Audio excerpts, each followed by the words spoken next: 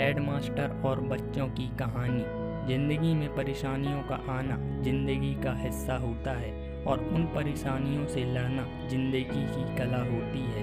आपने न जाने कितनी वीडियोस देखी हैं कि परेशानियों के वक्त क्या करें, परेशानियों को कैसे हल करें, परेशानियों को कैसे फेस करें और न जाने क्या क्या। आज इस परेशानी का किस्सा ही ख़त्म कर देते हैं। आज मैं आपको एक हेडमास्टर की कहानी बताऊंगा और जब भी आपकी ज़िंदगी में कोई परेशानियां आए तो इस कहानी को याद कर लेना। एक बार एक हेडमास्टर क्लास में आई और सारे बच्चों के हाथ में एक एक वाइट पेपर दे दिया। जब बच्चों ने उस पेपर की तरफ देखा तो उस पेपर के बीच में एक छोटा सा काला सर्किल बना था। अब जब हेडमास्टर ने पूछा, बच्चों आपको इस पेपर में क्या दिख रहा है? तब सारे बच्चों ने कहा कि अध्यापक जी, पेपर के बीच में एक काला सर्किल बना हुआ है। हेडमास्टर ने फिर से पूछा कि बच्चों आपको इस पेपर में क्या दिख रहा है? बच्चों ने फिर वहीं कहा कि पेपर में काला सर्किल बना हुआ है।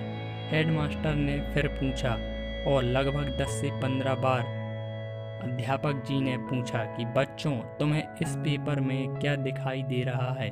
लेकिन बच्चों ने हर बार वही जवाब दिया कि अध्यापक जी, पेपर में एक काला सर्किल बना हुआ है।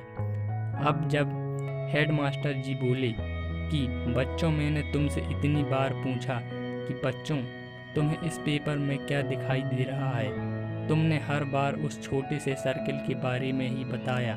क्या तुम्हें उस छोटे सर्किल के बाहर एक सफ़ेद कलर का पेज नहीं दिखाई दिया? हम भी तो यही करते हैं ना यार। भगवान ने इतनी अच्छी खूबसूरत ज़िंदगी दी है, उसमें ज़रा सी परेशानियाँ क्या आती हैं, हम उसे ही लेकर बैठ जाते हैं। ज़रा उन परेशानियों के बाहर निकल कर देखो, बहुत बड़ी ज़िंदगी है।